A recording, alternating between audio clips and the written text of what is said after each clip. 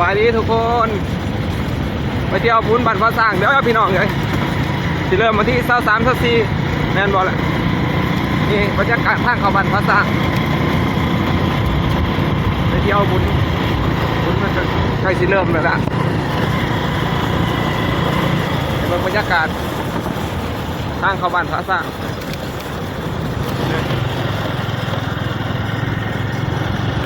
โซเฟอร์เขาไอ้ดีได้โซเฟอร์โอ้ปุตตยานทางขบวนฟ้าสร้าง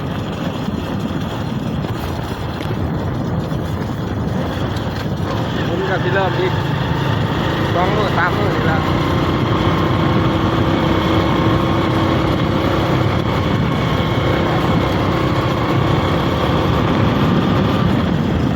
เลยที่ยังไม่ได้เคยมาบ้านฟ้าสร้างเพิ่งก็เดินทางเขานี่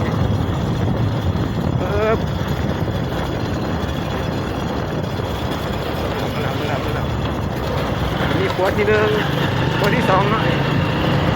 ขวดต่อไปกับขวดผู้โยกไก่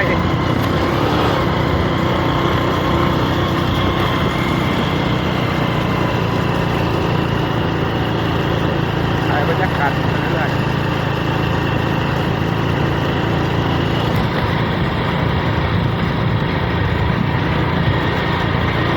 เดินทางเขาบ้านฟ้าสร้าง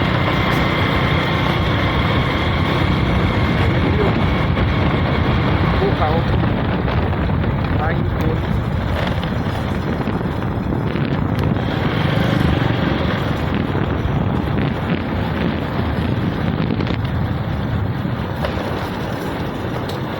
เป็นสร้างเขาสร้างประมาณนี้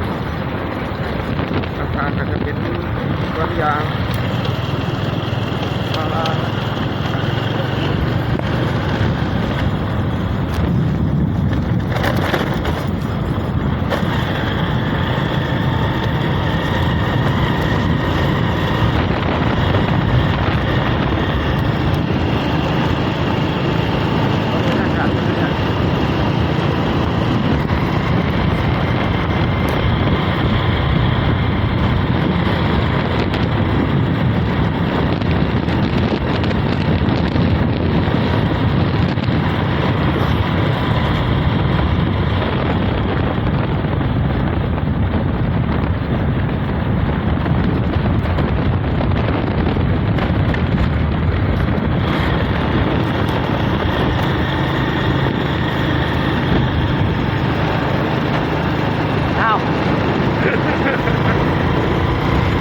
ปล่อยค้ากล้องเลยครับ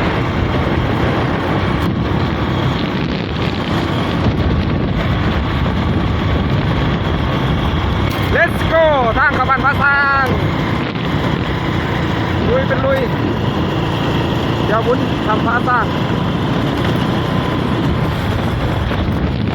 ที่เริ่มแล้วแหละ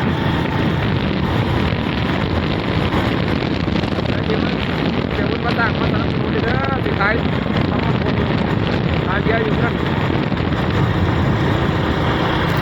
เขาแวะทักทายกันได้เด้อสิ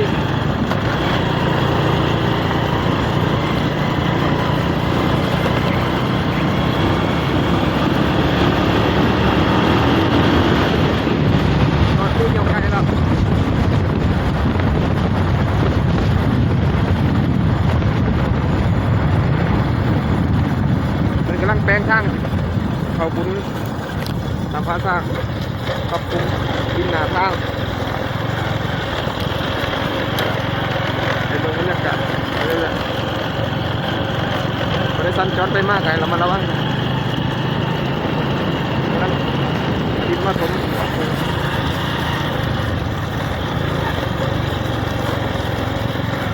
ทำงานดิน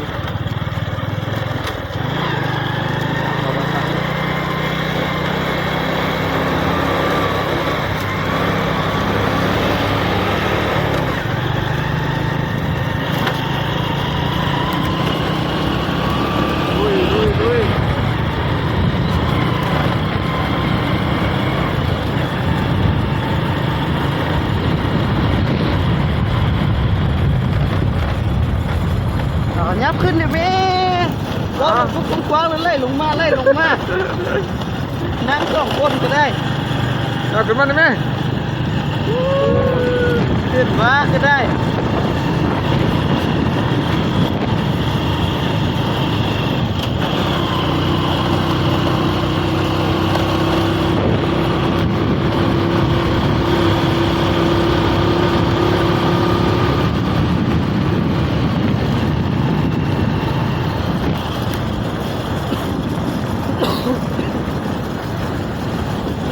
เป็นวิวภูเขา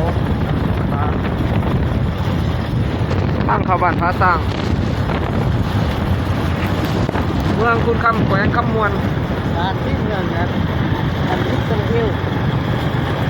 เป็น LA แล้วเอาแบกไปเฮียก็จะเอา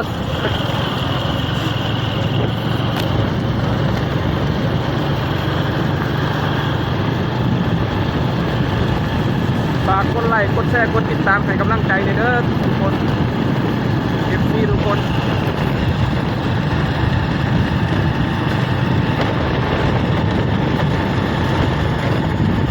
พี่น้องชาวบ้านพระสร้างบ้านห้วยเบืองแล้วเกียรติกดไลค์คำว่าเบิ่งเลยกดติดตามให้กำลังใจ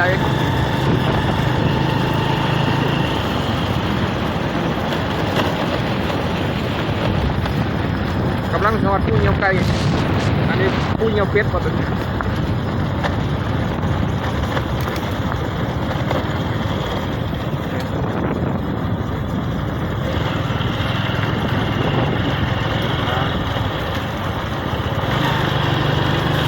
ก็มาจะตั้งไงล่ะ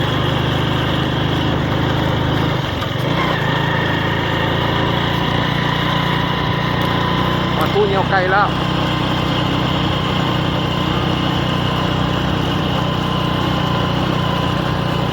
เลยสั้นจอนมือบุญทำไงระมัดระวังเนี่ยเดี๋ยวเพิ่นปรับหนาดินเลยแหละปรับเป็นผู้เหี่ยวไก่มาดิ let's go ลุยผู้เหี่ยวไก่แล้ว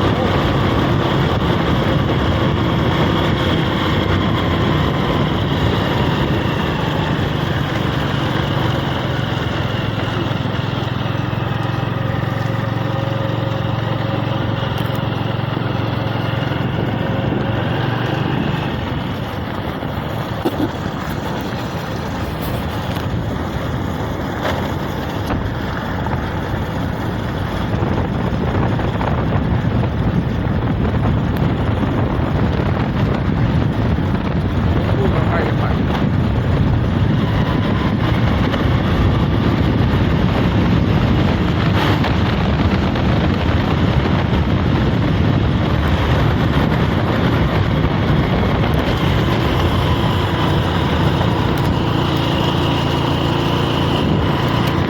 ตามบอก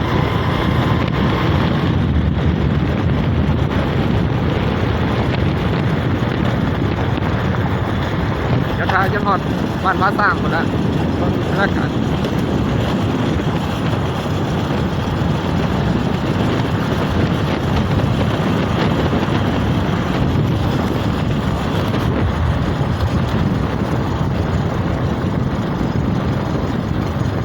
ตรงไปเลยอย่าเลี้ยวซ้ายเด้อเขาพระสร้างเลี้ยวซ้ายจะเป็นไปฝั่งแดงก่อน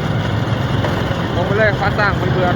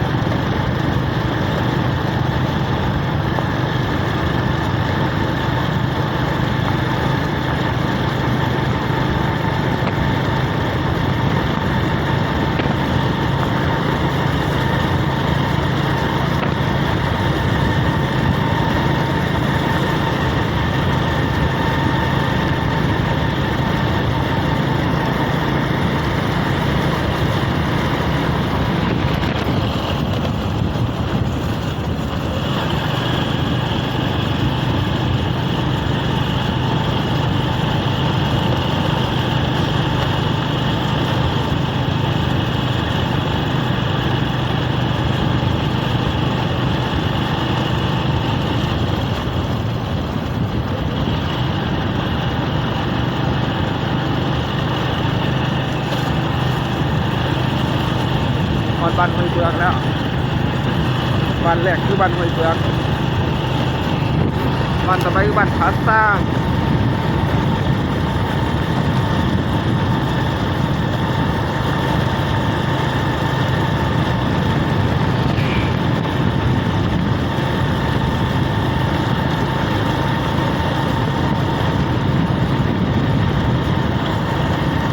ตอนนี้กำลังฮอดบ้านห้วยเบือกพี่น้อง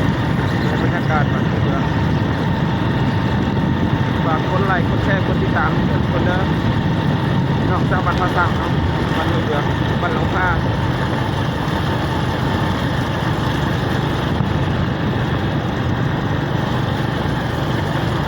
ทั่วโลกทั่วประเทศนะให้กำลังใจ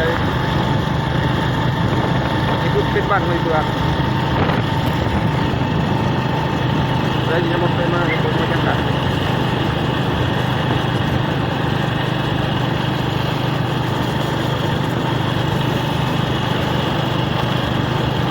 หัวขึ้นเนี่ย อันนั้นบ้านห้วยเบือกมีปั๊มน้ำมันอยู่ซ้ายมือต่อไปก็คือผาสร้าง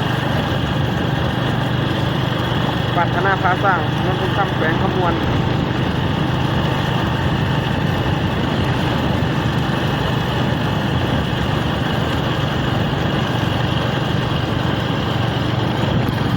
ได้จังหวัดมือบุญแล้วคือวัน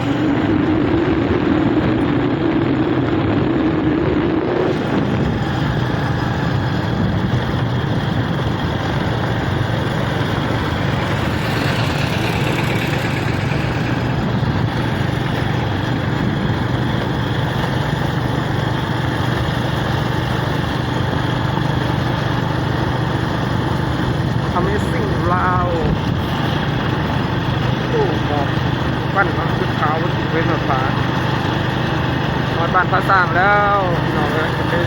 ผาสร้าง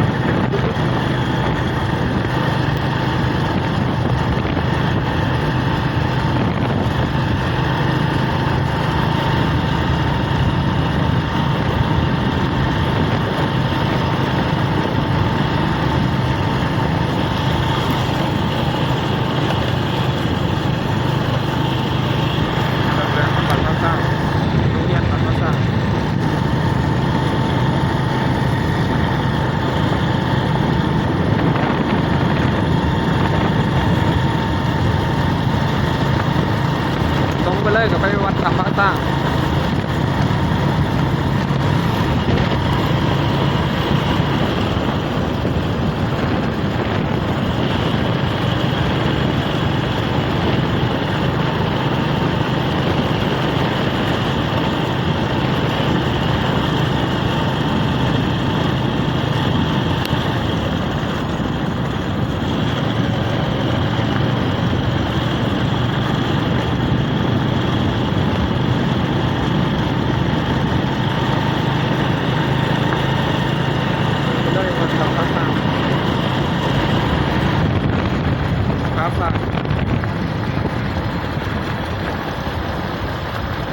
ไปซื้อไปเลยกับวัดไปทำภาษา